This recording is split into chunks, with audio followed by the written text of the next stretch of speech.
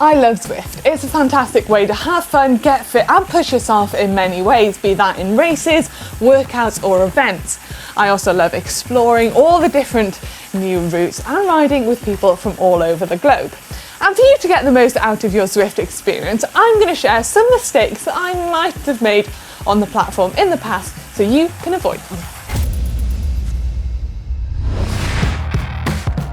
First up, stop pedaling on those descents. If you have a long descent to tackle and you're in a group and you're looking for a little respite, stop pedaling, take a breather.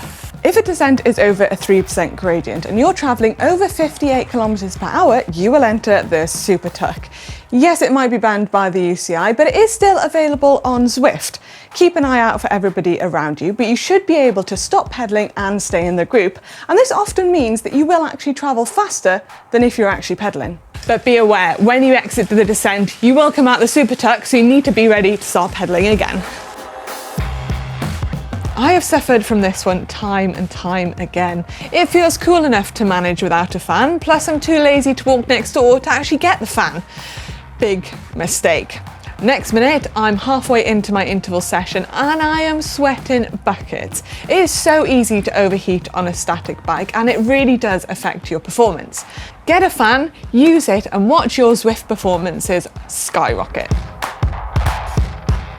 Just because you're riding indoors on an indoor trainer in the virtual world doesn't mean you shouldn't be eating and drinking. Hydration and nutrition is just as important on the indoor bike as it would be outdoors. So make sure you've always got a bottle of water and some snacks if you are doing a long ride. And if you are entering a race, why not pop a caffeine gel for the extra gains?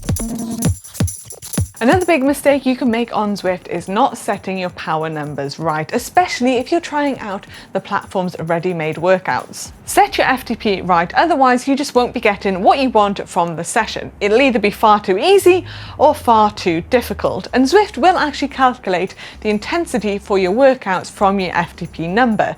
So get it wrong and you just won't be getting what you want from that session. But don't worry if you have set your FTP wrong, there is a plus minus 10% FTP adjuster that you can use, and this is extremely helpful when your legs aren't feeling quite so good and you're having a bad day and you can't quite reach your power numbers. If you're unsure what your FTP is, then you can take on one of Zwift's ready-made FTP tests, and once you've completed that test, it'll automatically update all your power numbers on Zwift so your FTP is correct for the next workout you do. There are so many worlds and routes to explore in Zwift, so one big mistake would be not exploring all of these different worlds and routes. There are actually 9 different worlds available on Zwift at the moment, and the latest to be introduced is the Mercury Islands. There are many elusive creatures in the world of Zwift, so keep your eyes peeled. Have you seen Scotty the Squirrel, Jarvis the Bear?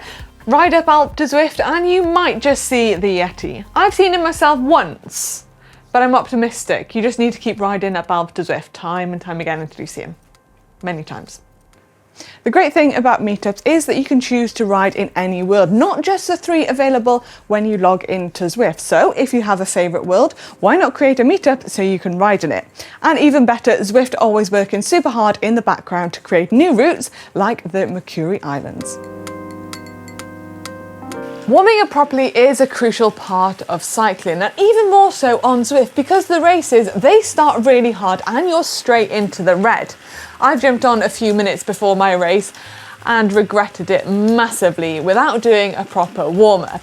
So warm up. There is actually a ready-made warm-up in the GCN Zero to Hero plan. So if you are unsure on how to do a proper warm-up, go check that one out.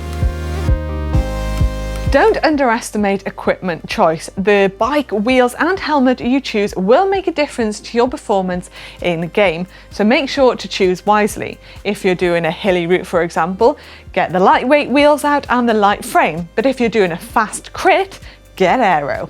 If you've managed to unlock the Tron bike, for example, that is a 67-second saving over a 50-minute course when coupled with the disc wheel set. Whether you're racing or just trying to get one up on your mates, know your power-ups. They can make a big difference when used at the right time. So here's a quick run through.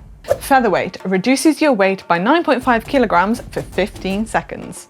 Draft Boost gives you an increase of 50% on draft effect for 30 seconds. Aero Boost makes you more aerodynamic for 15 seconds. Cloaking makes you invisible to other riders for 10 seconds. And the Burrito makes you undraftable for 10 seconds. That one makes me hungry too.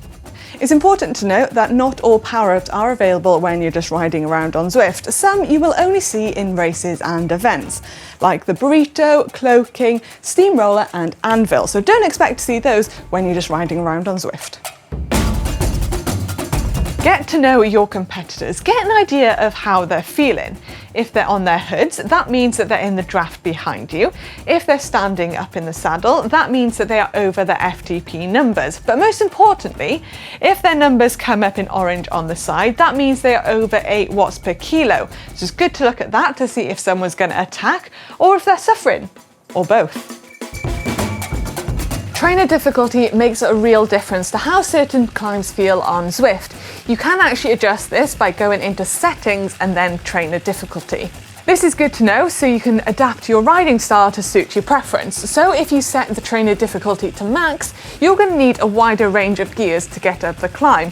But if you set it quite low, the climb won't quite feel as aggressive.